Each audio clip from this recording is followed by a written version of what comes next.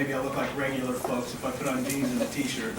Again, anybody that's ever worked with me in any of the communities, what you see is what you get, and that's not that common in real estate development. Again, first the background on me, I grew up in Wichita. When I talk about rural communities, I like to say, and I mean this, Wichita is Kansas's largest small town.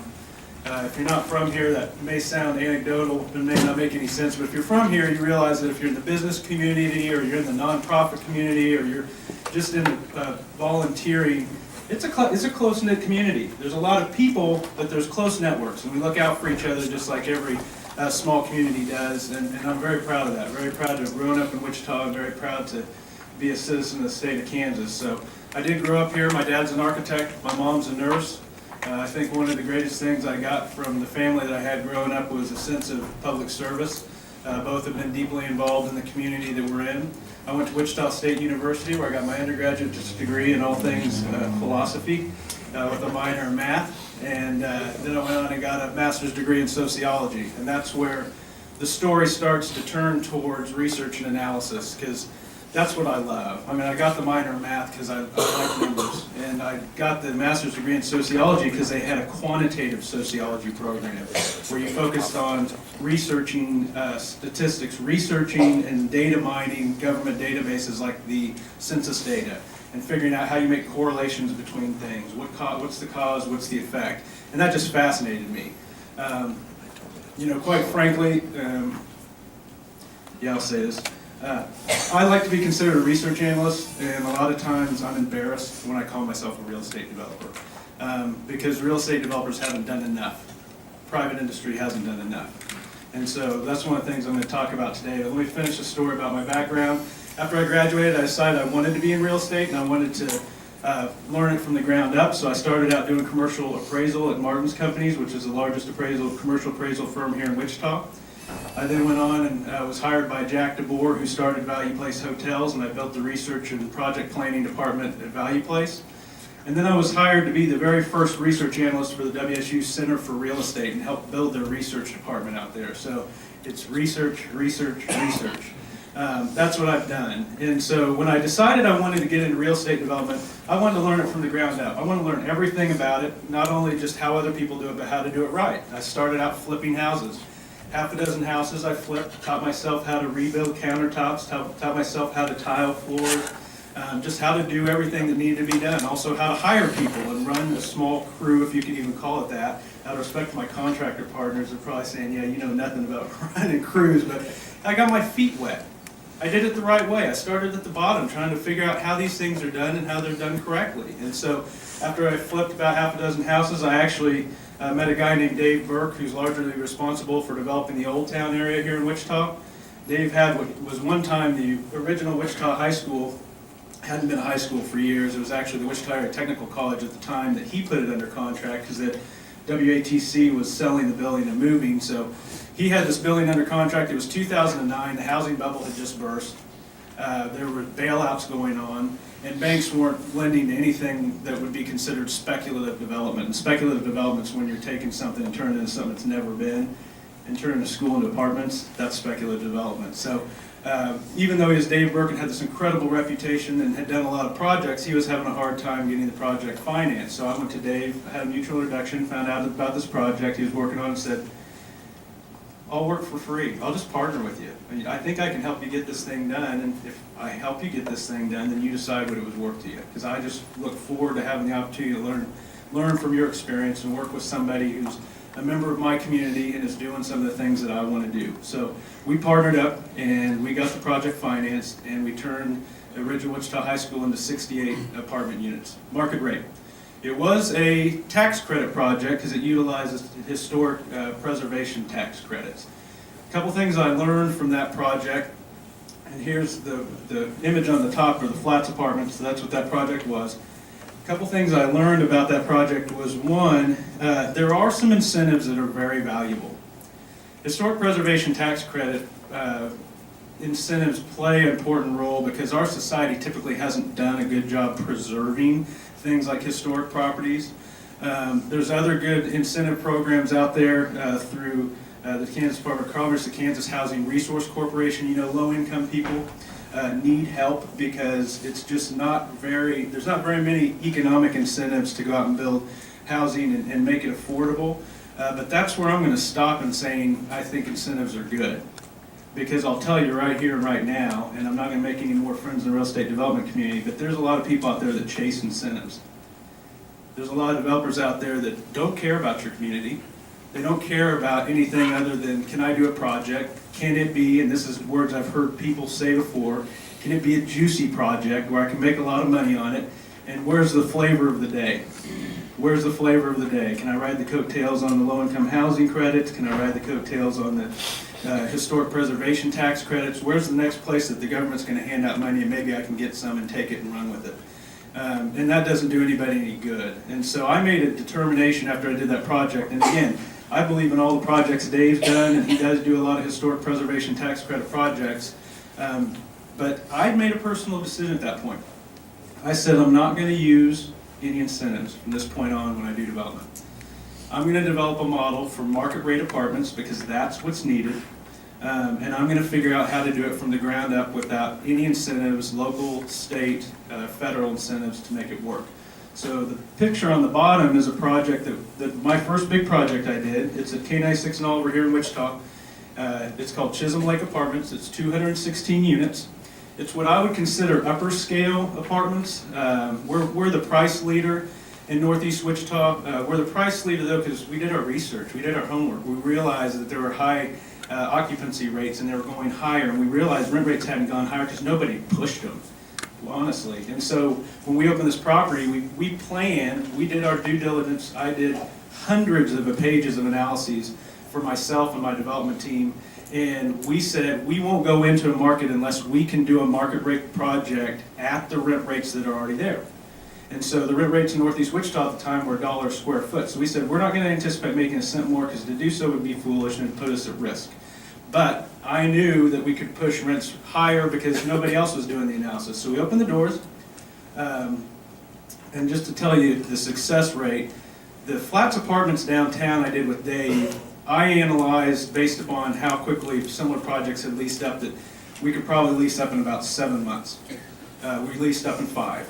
That was 68 units leased up in 5 months. When we opened the doors here, first of all, we had 6 people move in on day 1 and they never stepped foot in an apartment because we didn't get our certificate of occupancy until the day before. So we leased up the first 68 units here in 3 months. And it's not because we were lucky, it's because we did our homework. Because we analyzed this and figured out what the market needed, where they needed it, and we just provided what the market wanted.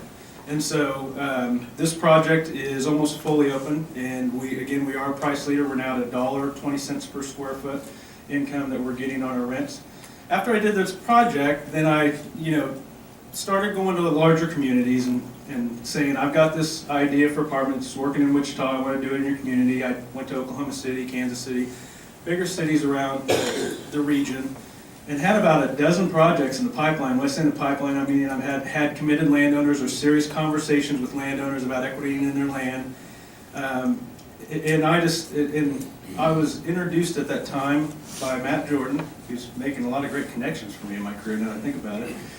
Matt Jordan introduced me to the city manager and assistant city manager in Newton, and I started talking to them, and then I started talking to some other community leaders, and suddenly realized, hey, I'm just part of a large herd in these big cities. There's just a lot of people coming in these towns looking at doing development. But there's nobody looking at the smaller towns. And man, they have a real need for development. They have a real need for better housing options. And being the problem solver that I like to think I am, I thought this is a much better challenge than just trying to repeat the K96 and Oliver project in other communities. So I sat down and scrapped all of the big city projects we had about 8 or 9 months ago and said, I'm going to solve this problem, or I shouldn't be a real estate developer. I shouldn't be a real estate analyst.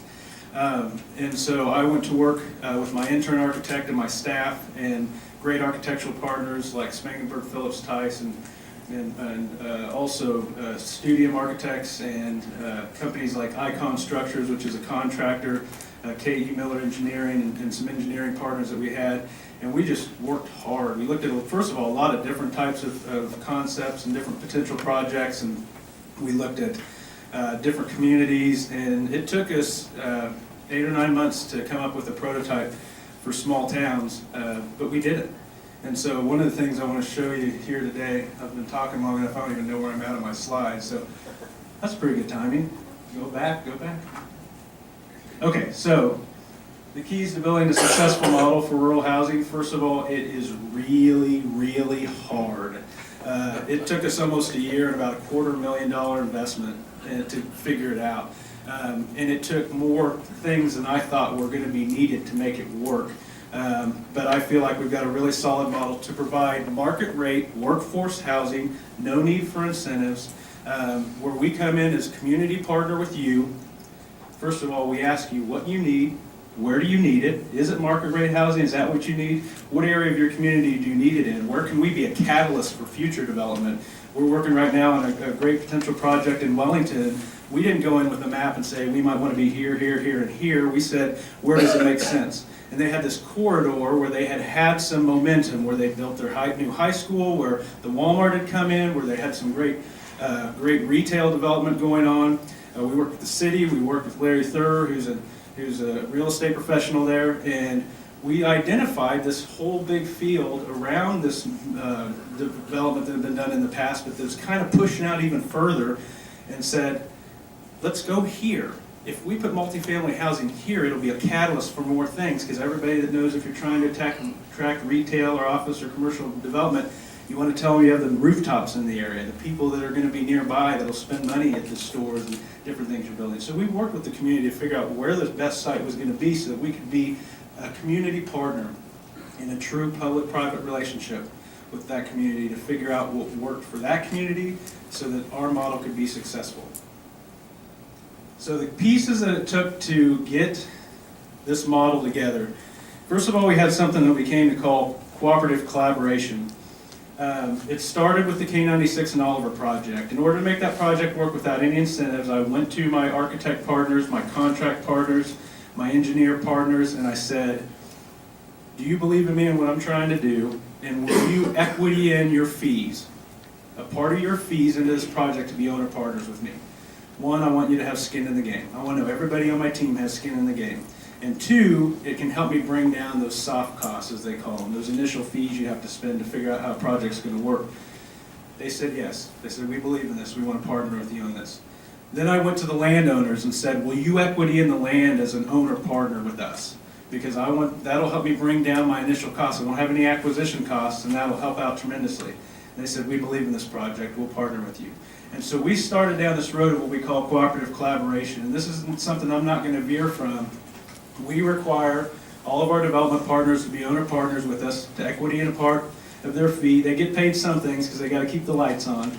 But then we also look for landowner partners in the community. And when we try to figure out valuations for land, we're very fair about it. It's not a take it or leave it. Here's an appraisal. Here's what your land's worth. I used to do commercial appraisal, so I know it's worth whatever somebody will pay for it or what somebody will buy it for. So we're very fair with everybody in valuing what their piece is worth. But everybody comes in together. They come in as the developer. We have our community partners. We have our development teams. We work with banks. We work with investors.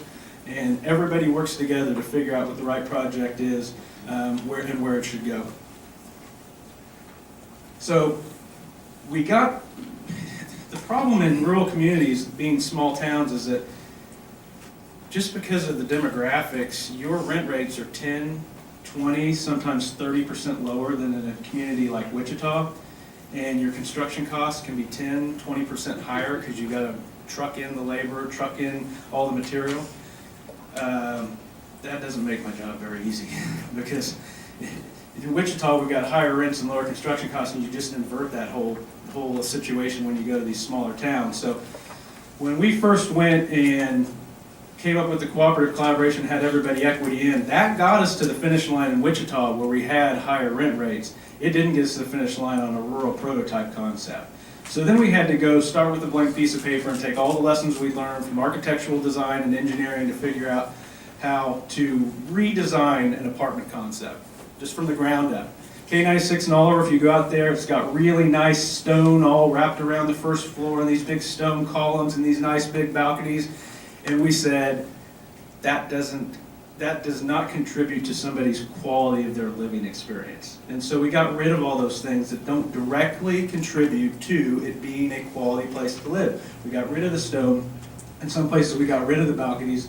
Now I'll tell you this, our prototype's meant to be the base prototype. So if you got a community where you want us to build apartments or look at building apartments near a nice neighborhood, and those neighborhoods have certain development standards, whether it's adding brick or other things, we can add that stuff back on. But we wanted to look at what is the basic that we can do so we can bring down that construction cost. And we really brought down the construction costs on a square foot basis and on a per unit basis, and that didn't get us to the finish line. And so then what we had to do is we had to look at how we could value engineer, as they say in the construction business, go in and everything, whether we took lighting fixtures and said, okay, those are nice, but we found one over here that's almost as nice but not quite, but it costs less, so let's value engineer this thing and try to bring things down even further. And so we went through that process and cut out quite a bit of the fat, and it still didn't get us to the finish line. But what we did do is as we were going through that process is that we kept an eye on the living experience. So again, you can see there's no balconies, you can see there's no stone, there isn't even a clubhouse, and this is our 95 unit concept, and we handed out booklets, so I'm not going to go too into detail of all of our different prototypes. That's why I wanted to give that to you, because I didn't want to spend too much time today on this part of the talk and giving you a sales pitch. But so when you look at our base 95 unit concept, where that little addition is, that's the leasing office, and that's where we've got a little exercise room and a few little amenities. You got a central park area, which is a lot of green space, and it's got up there that kind of dark brown square is a community garden. Next to that is a cookout area. Next to that is a playground. We wanted to have a broad array of amenities too, because in Wichita we're a large enough city where we try to target what I refer to as a holy grail of tenants, which is 25, 35-year-old young professionals, disposable income, spend a lot, to keep really good care of their property. But in small communities, there's a whole mix of demographics that are going to be looking for housing options. You'll have single people, you'll have people with kids, you'll have senior citizens that are looking for a place to rent. So we really want to create an environment where we look at all those different options for the development. And so this is just a little brief kind of fly through of the way that a typical property of ours works. Let's pause it there. Let's actually skip ahead to past the video because it's going to take too much time. So kept cutting away costs, trying to create a financially feasible model, and going through all the construction design and engineering, we just couldn't still get the numbers right. So we decided we've got to go into the management business. Because when you go out and you try to hire somebody to manage a multifamily property for you, you're talking about 35, 45, 50% right off the top of your gross revenue and expenses. It comes into some expenses you can't change, like property taxes and insurance, but then it just goes into other things like overhead that these management companies typically have, and some are much fatter than others, or things like the management fee. And so we started a management company. It did two things for us. Number one, we found a way to reduce the cost significantly. We're looking at more like a 20 to 25% gross revenue number when we're talking about the expenses related to a project. So we really cut that down to the bare bones. We also wanted to really create a great living experience. So our management company is very unique. We take what we refer to as an amenity-rich approach to property management, where we have all kinds of things that we do in terms of what we supply the people that live there. We're not in the property management business, we're going to be in the customer service business, because we want to create a great living opportunity for people that live in our communities, because we want people to be proud to live in them. We want people who are moving their businesses to your communities to stop saying you don't have any good options, to people saying, God, I love this place that I'm living in. I'm going to tell my friends in other communities about this apartment complex we live in. So we're going to have our manager and assistant manager not just answering phones and showing units. They're going to be doing things like providing maid service and wash, dry, and fold laundry service and on-site car washing. This is just a partial list of all the things we're going to do.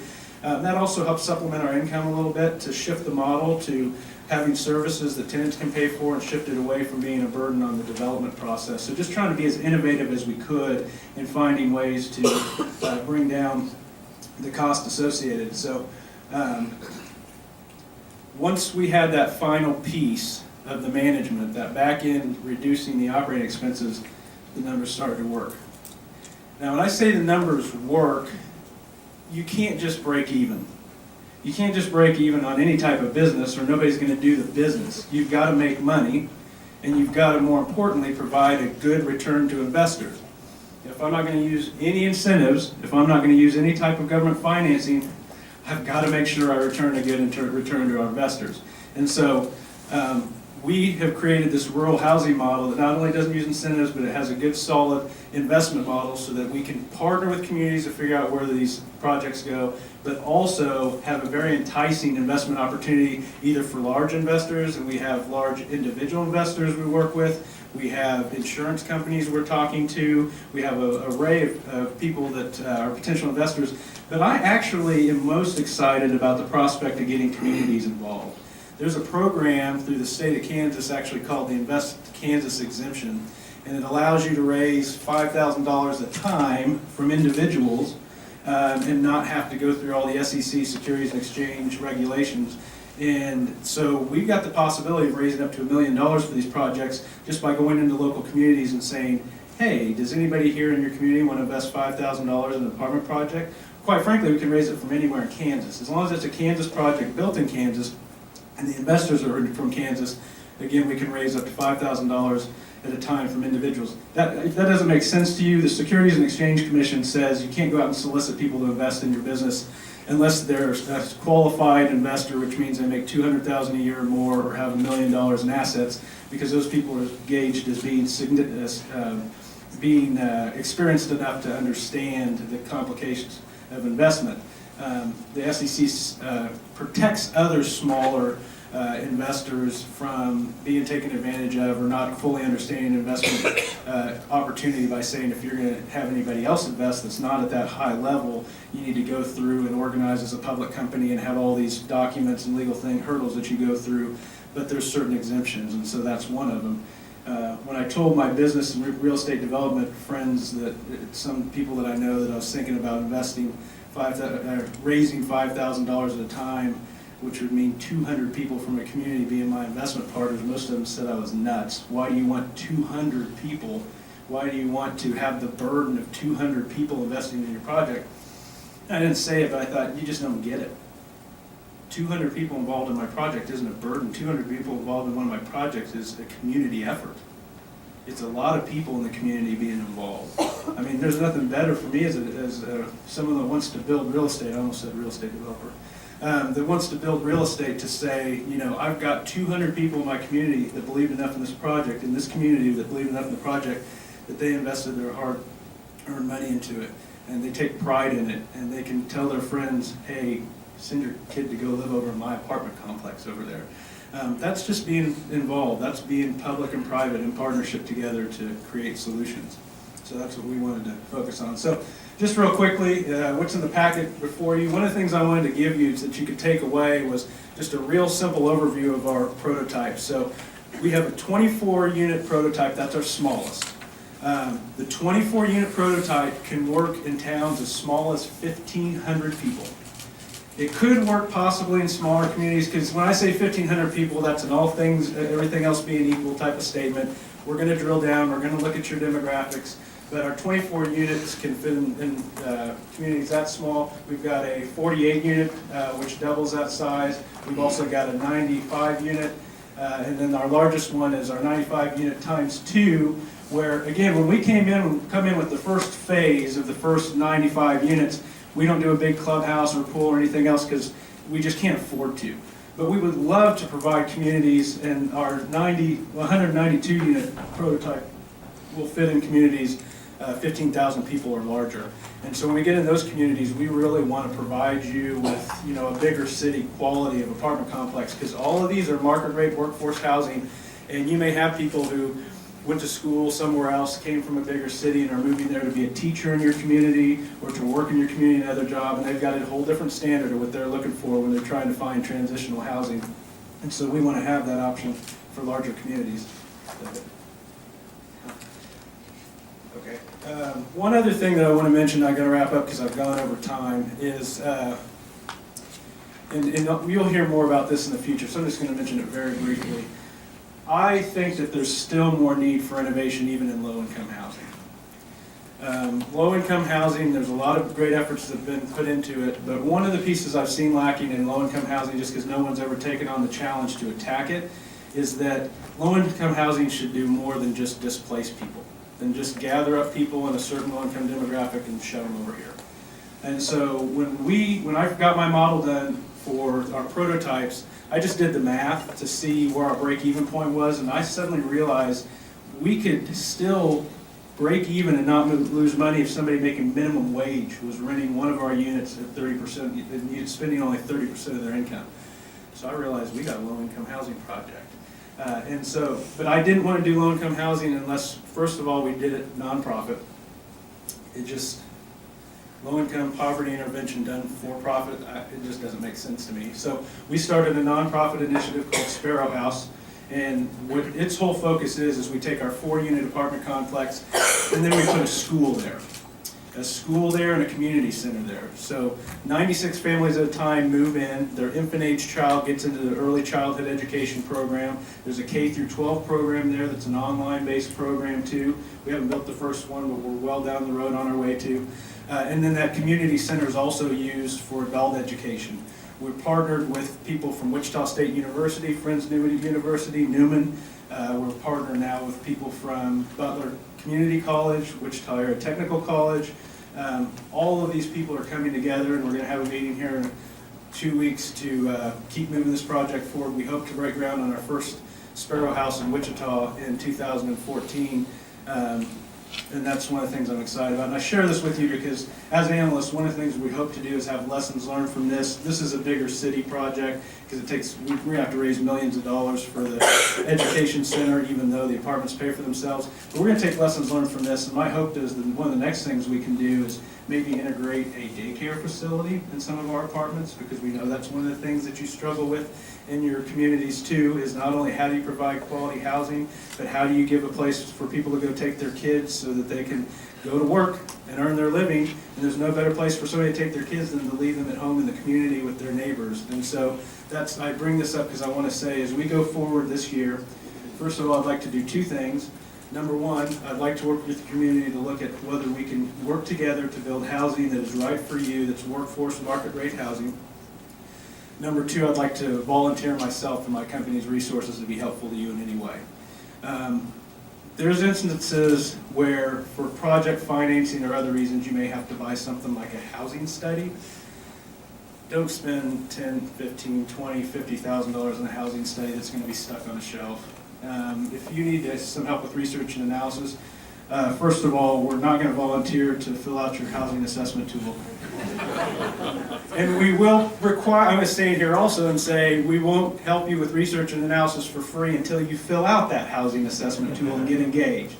But we're good at what we do, and there's no reason we shouldn't be helpful to other people and share our resources if it can help you solve problems. So you pick up the phone any day where you have a developer that wants to come in and build a retail, or if you have an employer that says they want to come in and they want to bring more jobs to your community, but they need you to do some type of an arm's length housing study or some type of a survey to show them the numbers, call us. We'll help you figure that out. We'll help you put that down on paper so that you can keep moving. And because we really do. We want to be true partners with you and your communities.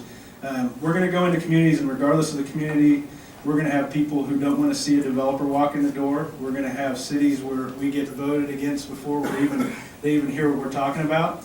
And I think that's good. That's a healthy community. A healthy community has debate. A healthy community has different voices. And we may not be the right solution for every community. And so if we come and talk to you and we don't have the right product for you, the right way to help, at least we talked. At least we got to know each other. At least we got to become a part of each other's network. So thanks for taking the time today. We're going to go to a panel discussion now so that you can ask questions of any of the presenters, and then we're going to get you to lunch, because I don't know about you, but you walk out in the lobby and start smelling that food. I almost told Matt, let's eat first, and then I'll come talk. All right, great. Well, let's thank Jason for the presentation. Okay, so Jason, Patty, Liz, Debbie, and Linda, come on up. We're going to have the 5 of you up here. It's not a firing squad, but it is a chance to have a seat and have a conversation for about 15 minutes, and then we will go to lunch, and then after lunch we'll come back and have a conversation among all of you. But this is a chance for Q&A of everything that was covered this morning. And I'm going to make the technology disappear, so don't be alarmed. Can I ask the first question? Okay, I'm going to ask the first question of the audience. How many of you think you have to do data and analysis before you dive into figuring out what your housing